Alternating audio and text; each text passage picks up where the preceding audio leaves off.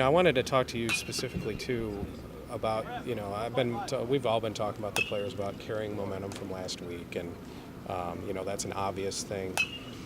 But it hadn't occurred to me until I looked it up. You did the same thing in '86, winning the hard way, the Valley Tournament.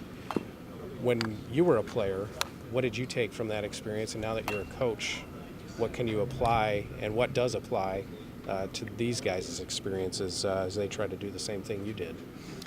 Well, I think in '86, when that team came all the way through the losers bracket and went to Michigan for the regional, they also got a couple pitchers that were really, really hot. And Paul Quinzer came out in game one and absolutely manhandled Michigan, and that was really set the tone for that regional. And the following group that did what we did last week was that '95 group, and they went to Oklahoma City and played the defending national champion Oklahoma. And we did not pitch it well in game one and got beat, I think, 9-4 or 9-6, something like that. So one thing I've taken from it is, that's why I always say momentum can be short-lived if you don't get another good start on the mound. And that was the separator. You go in and one group gets a really good start on the mound. You go to, a few years later and you really struggle to get off to a good start.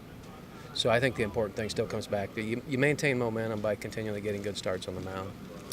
What have you learned about McNeese State? Obviously, they have to come first, and I know when we talked Monday, neither one of us really knew anything about them. But what have you learned, and what's the key to getting off to that start that you're looking for tomorrow? We know that they shuffled their pitching late. They moved their closer to the number one starter for their tournament. It threw very well for them 2 different occasions in the tournament.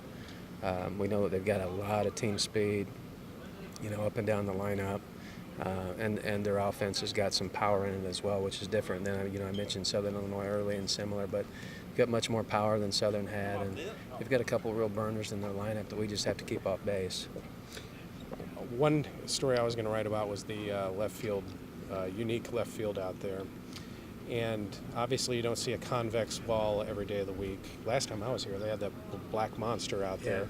But you guys have played with it before. How much of an advantage does that give you? How much does that help CJ and Luke out there in the outfield to learn how to play it? The 2 things that I really noticed today, just in sitting back and watching again as our club was working out, one was the wall. That thing comes off there different when it hits the upper half of that. It seems like it comes off different every time. And I think that's an adjustment. I think playing here and having the opportunity to get more reps with that has helped. The other thing is just how hot the ball comes across this infield. That to me is the biggest factor this weekend. Is just the pace of the infield and the outfield. I mean, if the infielders are going to get balls hotter than they've gotten them most times all year, and if the ball catches a seam or gets by an infielder hard, it could roll to that wall, with the outfield turf. So to me, that's going to be the biggest factor we watch this weekend, is how teams handle the pace of this turf.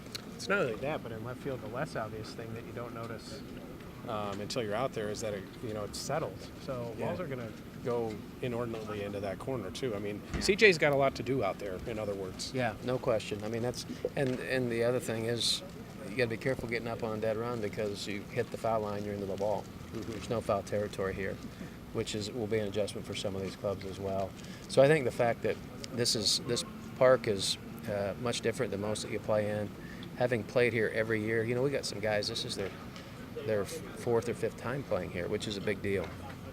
Yeah, Coach, Coach, this is the only regional that has 4 teams that earned automatic bids, which means all 4 teams won their conference tournament.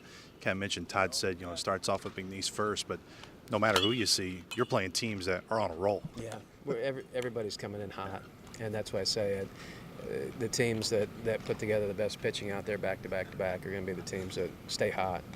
And if anybody struggles to throw the strike zone, I mean, obviously this time of the year the strike zone's tightened. You don't get the 2 or 3 inches off the corners. You don't get the 2 or 3 up and down. You got to throw it to a championship plate, and that's something else that guys have to adapt to. Is it different how you use your pitching staff when you're in a 16 double elimination compared to now where it's just a 14 double elimination? Well, I think you can condense it a little bit.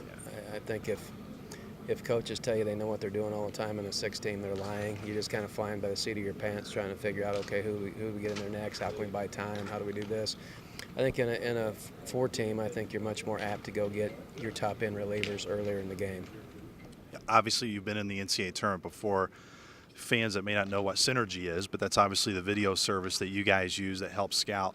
How much has that helped just in the process of finding out more of a McNeese where maybe, back during your playing days, of course, where you're seeing maybe someone totally different. Now you can watch probably 100 at-bats at each guy.